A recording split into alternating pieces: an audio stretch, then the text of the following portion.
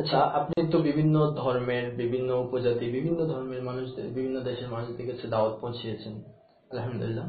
তো আপনি আপনার এই দাওয়াতি কাজের মাঝে এই বিভিন্ন ধর্মগ্রন্থের লোকদের কাছ থেকে, বিভিন্ন উপজাতির কাছ থেকে কোন ধরনের প্রশ্ন বেশি শুনতেন, যেটা মুসলমানদের ব্যাপারে কোন প্রশ্নটি বেশি সম্মুখীন হয়েছিল? খুব ভালো একটি প্রশ্ন করেছেন। এমন একটি প্রশ্ন সবসময় শুনতে পাই, যে প্রশ্নটা সব ধর্মের লোকই করে থাকে, নাস্তিকরাও করে থাকেন এবং মুসলিম যারা সাধারণ মুসলিম আছেন ওনারাও করে থাকেন। প্রশ্নটি হলো, মুসলমানরা কেন এত দলে বিভক্ত? তো সেক্ষেত্রে আপনার উত্তর কি ছিল? আপনার পক্ষ থেকে তাদের জন্য কি জবাব ছিল বিষয়টি? আমি যেহেতু উপজাতিদের মাঝে কাজ করি, যাদের বেশিরভাগই খ্রিস্টান, তো তাদেরকে বলি যে আচ্ছা, আগে নিজের চেহারাটা তো একবার আয়নাতে দেখো, তোমাদের মাঝে কতগুলো দল বলতে পারবে?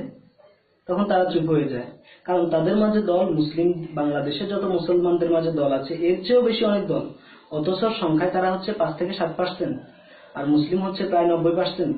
তো ওই হিসেবে তাদের তুলনায় মুসলমানদের মাঝে দল আরো বেশি হওয়ার প্রয়োজন ছিল, কিন্তু তাদের মাঝে দল আমাদের চেয়ে অনেক অনেক বেশি। কিন্তু আমরা সব সময় বলি আমাদের সবাই এক হয় না কেন, এত দলে কেন বিভক্ত?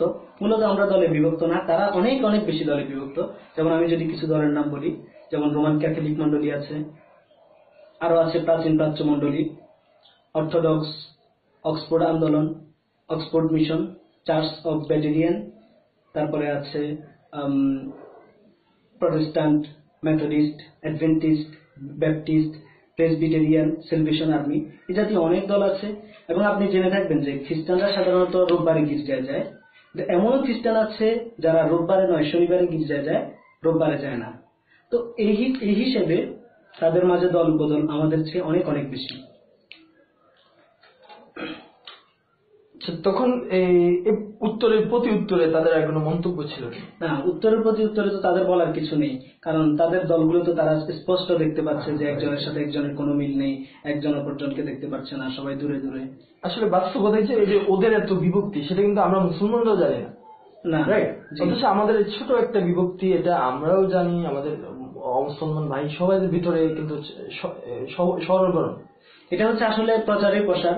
আমরা সবসময় বলি যে আমাদের মাঝে বিভক্তি, বা সাধারণ মানুষও বলে থাকে এক হচ্ছে না কেন বিভক্তি, কিন্তু মূলত যে আমরা মানসিক দিক থেকে ঐক্যবদ্ধ, সবাই একই রকম, এটা আমরা বুঝতেছি না। নতুন কিছু একটা হচ্ছে, মনে করতেছি এটা আলাদা কিছু।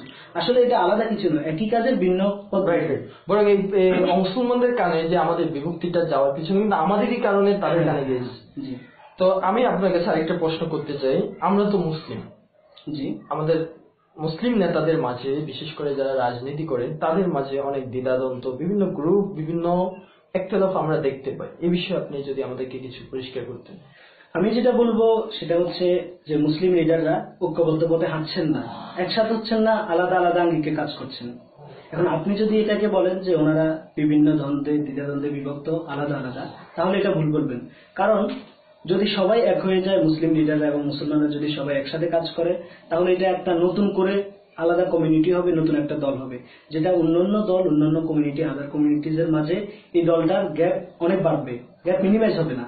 আর মুসলমানরা সাম্প্রদায়িকতায় বিশ্বাসী নয়, মুসলমানরা গ্যাপ মিনিমাইজে বিশ্বাসী, সবার সাথে ঐক্যবদ্ধভাবে সমান তালে থাকতে চায়, এই জন্য নতুন করে গ্যাপ তৈরি করতে চান না। আর যদি রাজনৈতিক ব্যক্তিদের ব্যাপারে বলতে চান, যে মুসলিম লিডার যারা রাজনৈতিক ব্যক্তিত্ব আছেন একসাথে থাকেন না কেন, একই প্ল্যাটফর্মে এসে কেন কাজ করেন না? তো এক্ষেত্রে আমি বলতে চাই যে কোনো একটা প্রকল্প বাস্তবায়নের জন্য অনেকগুলো প্ল্যান থাকে, plan A, plan B, plan C. একটা প্ল্যান যেন মিস্টেক হলে আরেকটা প্ল্যানের মাধ্যমে আপনি কাজটা করে নিতে পারেন, আরেকটা যেন মিস্টেক হলে আরেকটা পদ্ধতিতে আপনি কাজটা করে নিতে পারেন।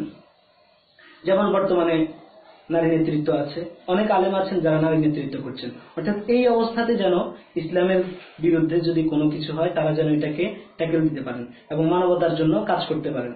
আবার অনেকে আছেন রাজনীতি করছেন কিন্তু নারী নেতৃত্বের সাথে একমত নয়, আলাদাভাবে রাজনীতি করছেন।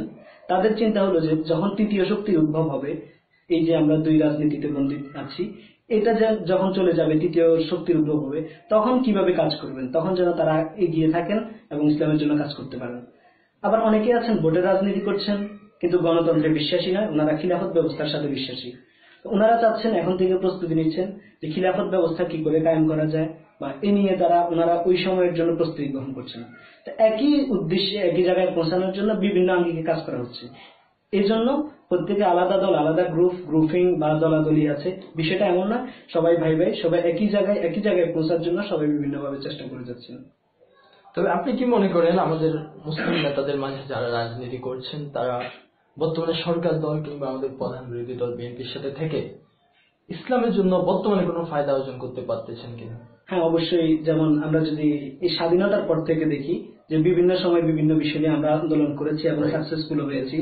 যেমন এর মধ্যে আছে এই নারী অধিকার, এর মধ্যে আছে শিক্ষানীতি, নাস্তিক্যবাদী শিক্ষানীতি, তারপরে আরো আছে বিসমিল্লাহ বাদ দেয়া, তারপরে এই রাষ্ট্রধর্ম ইসলাম বাদ দেয়া, এই বিষয়গুলো, তারপরে ফতুয়া নিষিদ্ধ যে বিষয়গুলো, এই বিষয়গুলো নিয়ে লম্বা সময় ধরে আমরা রাজনীতি করেছি। বিভিন্নভাবে বিভিন্ন দলের সাথে থেকে মুসলিমরা রাজনীতি করেছেন, আন্দোলন করেছেন, অনেক ক্ষেত্রে সফল হয়েছেন।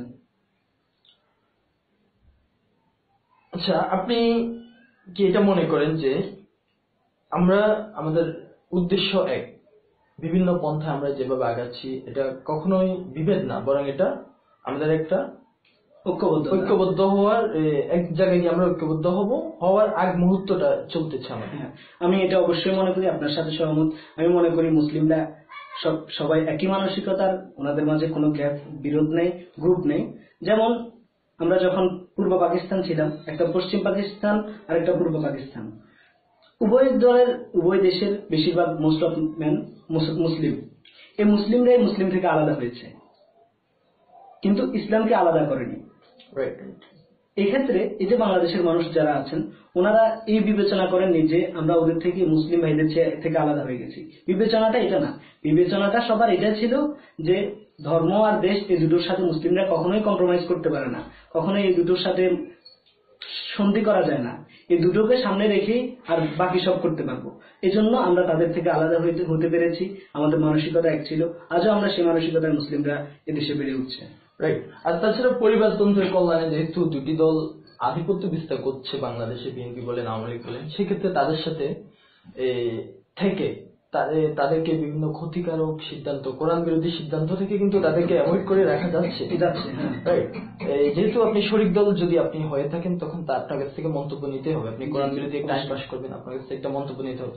ঠিক এই মুহূর্তে দেশ যেন ইসলাম বিরোধী কোনো পথে না হাঁটে, সেজন্য আমাদের শরিক দলের সাথে প্রধান বিরোধী দল এবং আওয়ামী লীগ সরকার দলের সাথে যারা আছেন, আমি মনে করি তাদের দ্বারা এই কাজটা আমাদের হচ্ছে। জি। এই জন্য এগুলোকে আমরা যদি বলি যে এই আলাদা গ্রুপিং বা ঐক্যবদ্ধ না হওয়া, তাহলে এটা ভুল হবে। অনেকে বলে যে সব লিডার মুসলিম, তো এখন কি হবে? এখন আমরা আলাদা হয়ে গেলাম সবার কাছ থেকে, আমরা তো সাম্প্রদায়িকতা বিশ্বাসী না। তো আপনার কাছ থেকে আমরা অনেক অজানা মন্তব্য জানতে পারলাম। আশা করি আমাদের এই ভিডিওটি যারা দেখছেন তারাও এমন কিছু তথ্য পেতে পারবেন যেটা দ্বারা আমরা ওলামা কেরামের মাঝে বিভক্তি শব্দটা উঠে আমরা এখানে ঐক্য শব্দটা বসাতে পারবো ইনশাআল্লাহ। আপনি অনেক কষ্ট করে অনেক দূর থেকে আমাদের স্টুডিওতে আসছেন উম্মতের কল্যাণে, আপনাকে অনেক অনেক ধন্যবাদ। আপনাকে অসংখ্য ধন্যবাদ। সালাম আলাইকুম। ওয়ালাইকুম আসসালাম।